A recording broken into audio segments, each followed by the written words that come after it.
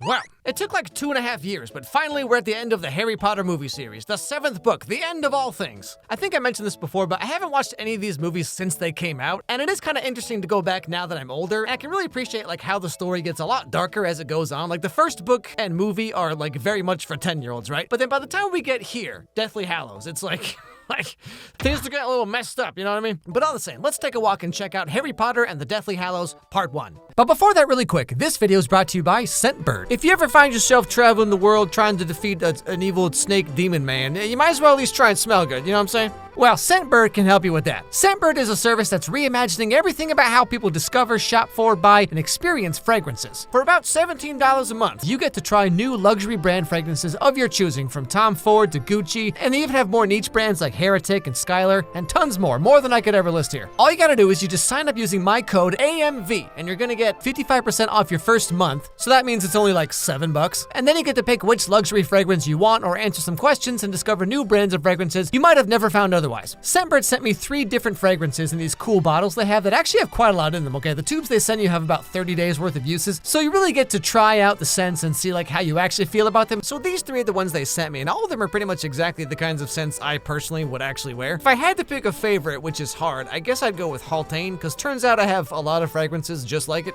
The oud wood and praline scents really carry this one, and it really creates a kind of sophisticated atmosphere, because I like to pretend like I'm actually a mature adult sometimes. But depending on what you're going for, Thirst Trap might be good for a date, hence the name. Because like it's not quite as overpowering as Haltane could be depending on the person, but it is very memorable, which is important, I'm told. So if you want to start getting into fragrances, or you just want to try out some new luxury scents to add to your collection, click my link down below and use my code AMV, and you're gonna get 55% off your first month. Now this is only available in the US and Canada right now, but still, if you're interested, check it out. Okay, back to the show. The movie starts out reminding us that Voldemort still actually exists, you know, like he came back in the 4th movie, he shows up in the 5th movie for like 5 minutes, he's barely in the 6th movie. Like, what's this guy been doing this whole time? But anyway, so Snape is walking his way up to the spooky house in darkness.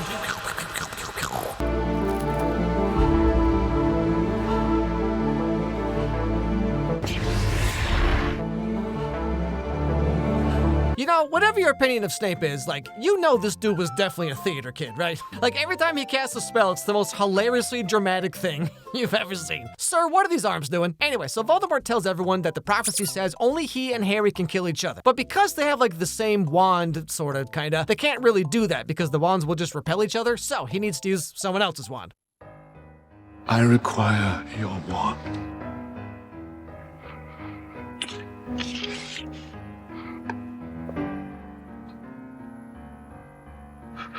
Yeah, you know, taking over the world's cool and all that, but like, you have got to get those acrylics taken care of, my dude. These nails are all kinds of jacked up right now. Those of you who do not know, we are joined tonight by Miss Charity Burbage.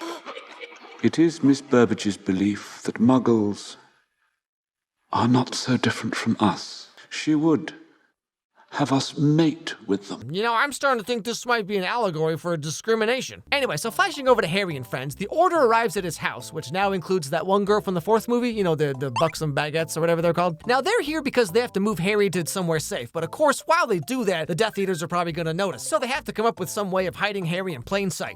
They've all agreed to take the risk. Technically, I've been coerced. Nip it, Mundungus!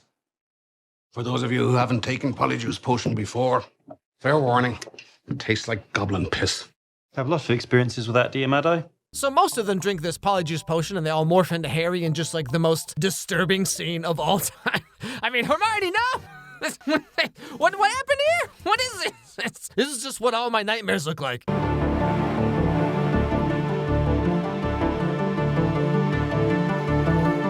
Wow, we're identical. Not yet, you're not.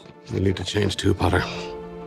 Bill, look away. I'm hideous. Haha, yeah, thanks, Fleur. Appreciate the help. And so they all set off in the middle of the night with the real Harry flying with Hagrid, which kind of seems like the worst idea to me because, like, Hagrid can't even use magic, and he's like the biggest, easiest to see target of anyone there. And isn't Harry like one of the best broom flyer dudes, like, in Hogwarts history or whatever? So, like, why's he gotta do all this? All the Quidditch games, the Triwizard Tournament thing, like, everything's been leading up to this very moment, and then, ha, psych, we're just gonna stick you in Hagrid's sidecar the whole time.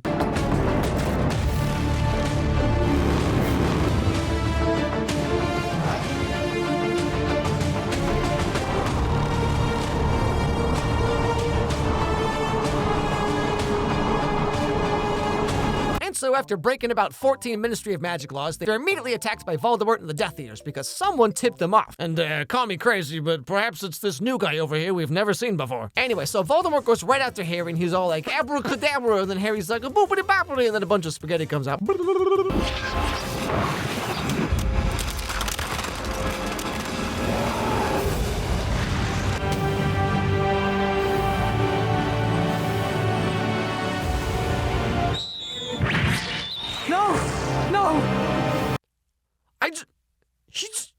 Hedwig dies? I don't remember any of this. Boy, I sure hope no other iconic characters die in this movie. Mad Eye's dead. Oh, come on! Finally, they all get to the safe house, but like I said, someone must have tipped off the Death Eaters, so someone among this group has to be like a reverse quadruple agent or something, right? And they could be pretending to be anyone. The last words Albus Dumbledore spoke to the pair of us. He said, whatever you do, make sure you delete my fanfiction.net account. Thanks. Deserves that. Brilliant he was.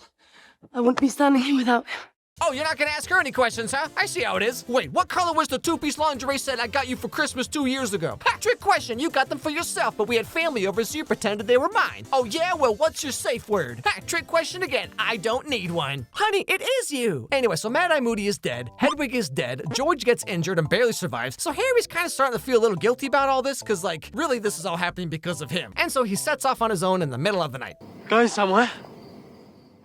Nobody else is going to die. Not for me. Come with me. I'll leave Hermione. We wouldn't last 2 days without her. Don't tell her I said that. Anyway, so Ron talks him into staying just a little while longer. But now, the next morning, or at some point in the near future, I guess, there's this big wedding between Ron's older brother and Fleur, which seems hilariously tone-deaf to me.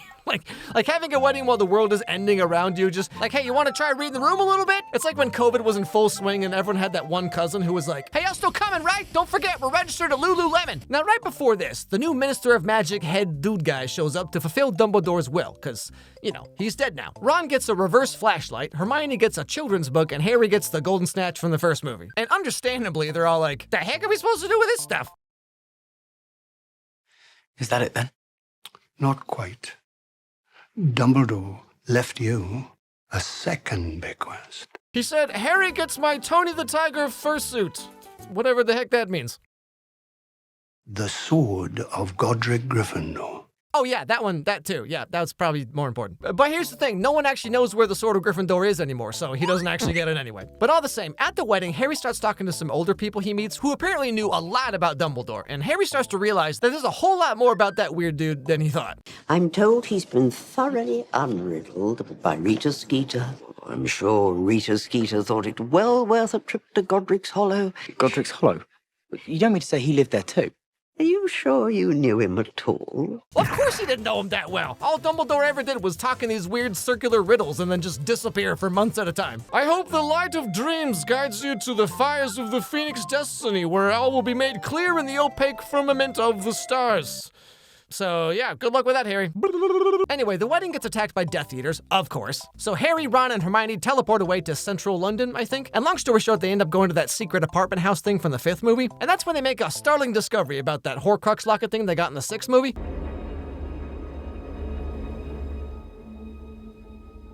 Lovely. R.A.B. Regulus Arcturus Black. That is a heck of a name right there. Regulus Bowel Movementus, come here this instant. Yeah, so this Regulus guy is the RAB who stole the real locket from that cave thing and replaced it with a fake one, which honestly sounds like the worst plan I've ever heard in my life. Aha, yes, Voldemort, my master plan is to make a completely identical locket that doesn't have your soul in it, which you should totally be able to tell anyway, because like it's literally your own Horcrux, but whatever. Then I'm gonna swap them out so no one else can possibly stop you when you come back to life. Haha, I am genius. Anyway, they come to find out that Umbridge has the locket now, and so yeah, she's back in this movie. Yippee. And so this means Harry, Ron, and Hermione have to sneak into the Ministry of Magic to get it from her by pretending to be employees via another Polyjuice potion and flushing themselves down the toilet. That's bloody disgusting.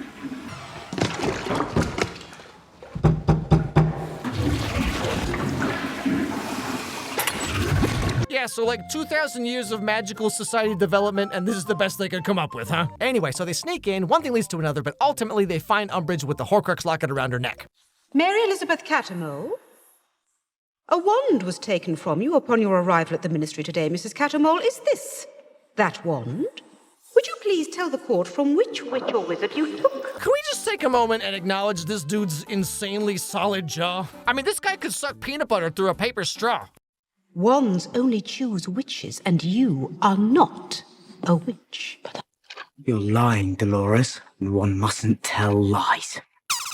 And so they get the locket, they run away from security, Ron makes out with this dude's wife, and they teleport away to some forest somewhere. But Ron gets injured during the teleportation and can't teleport again for a while, so what are they gonna do? I told you.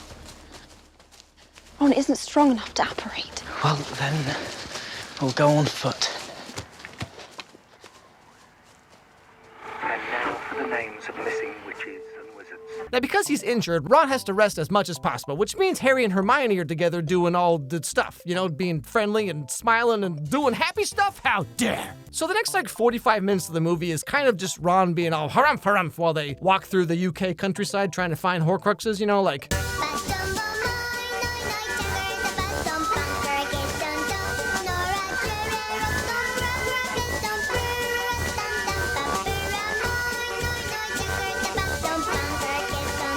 Now, while this is all going on, Hermione thinks she might have figured out how to actually destroy Horcruxes. Tom Riddle's diary in the Chamber of Secrets. You stabbed the basilisk with the sword of Gryffindor. Its blade is impregnated with basilisk venom. Wait, what? Well, now that right there is an untapped corner of the fanfic market, I tell you what. And finally, gosh darn it, Ron's just had enough of everyone else not being as grumpy as he is. If you've got something to say, don't be shy. But don't expect me to be grateful just because now there's another damn thing we've got to find. I thought you knew what you signed up for. Yeah, I thought I did too. But then it turned out to be kind of hard, so I don't like it anymore. What part of this isn't living up to your expectations? You think we were going to be staying in a 5-star hotel? Harry, what the heck is a 5-star hotel? Don't use your weird muggle terms with me. And you? Are you coming or are you staying? Yeah, Ron, you're not really doing real good PR for yourself right now. I feel like everyone's probably dated at least one person like this, you know, where it's like, I only want you to be happy on my terms. So pick a side. You want someone who makes you happy or someone who gets mad at you for being happy? Ha, choose wisely. Anyway, so Ron teleports away, never to be seen again, and now it's just Harry and Hermione. So after a bunch more walking and chasing down dead-end leads on Horcruxes, one night Harry sees a Patronus deer thing that leads him to a lake, and oh my goodness, what do you know? The sword of Gryffindor is right there. It's just that easy. So he dives in to get it, but the locket around his neck doesn't want to do the smash, understandably, so it tries to choke him out. But then Ron shows up out of nowhere and grabs the sword, saves Harry, wham bam boom, look at that. And so now Ron has to use the sword to try and destroy the locket, which turns out is a lot more of a process than it sounds. I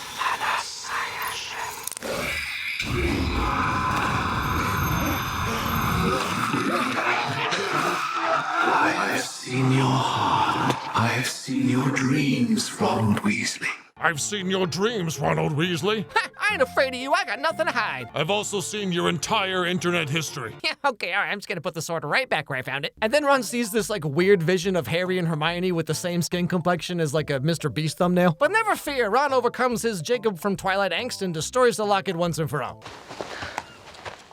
Hey. You. Complete. You show up here after weeks. And you say, hey? Yeah, so Ron's like, oh yeah, sorry I didn't call. I was busy getting the sword of Gryffindor and destroying part of Voldemort's soul. And then Hermione's like...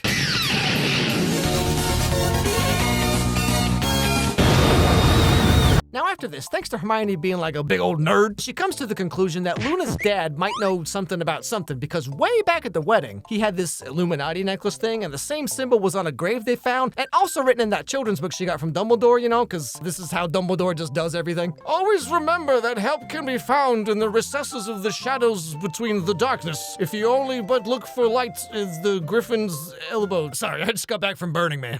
I can smell colors now, it's crazy. So they find Mr. Lovegood and he tells them a very interesting story. Well, it's the sign of the Deathly Hallows, of course. The what? The what? The Deathly Hallows. I assume you're all familiar with the tale of the three brothers. Yeah. Yes. No. So the Deathly Hallows are the invisibility cloak, the resurrection stone, which is different than the sorcerer's stone, even though they do like the same thing, and something called the Elder Wand, that's the most powerful wand ever made. And whoever can get all three of these things basically like becomes a god, so to speak. Anyway, so once again, the Death Eaters show up, and this time they capture Harry and friends, and they get taken to Bellatrix and the Malfoys. But just when it looks like it's all over, you'll never guess who shows up to save them.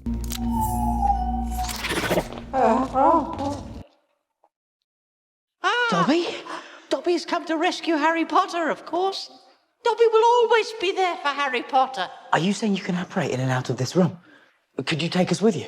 Of course, I'm an elf. Okay, can we just talk for like a second here about how like house elves are so OP in this world and no one ever utilizes them for anything? Like they're immune to everything, charms, curses, nothing affects them. They can just do whatever. I mean, this whole series could have been over in 5 minutes if they just brought Dobby along from the start. But all the same, Dobby breaks them out of Bellatrix's 50 Shades of Grey dungeon or whatever this is, and they teleport away. Dobby is a free elf, and Dobby has come to save Harry Potter and his friends.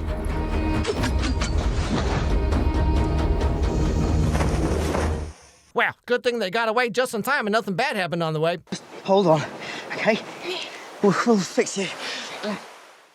Such a beautiful place to be with friends.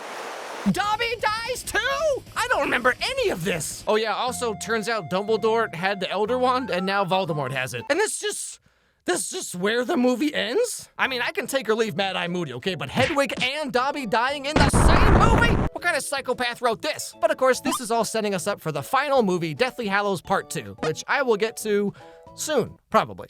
So, see you then. Anyway, thanks for watching, everybody. Hope you enjoyed the video. If you did, don't forget to subscribe. Don't forget to ring that bell, leave a like, leave a comment, all that stuff. Send me an email at alexmyerscontact@gmail.com and let me know what movies or TV shows you think I should check out next. And above all, let's everybody have a great day, and I'll see you all next time.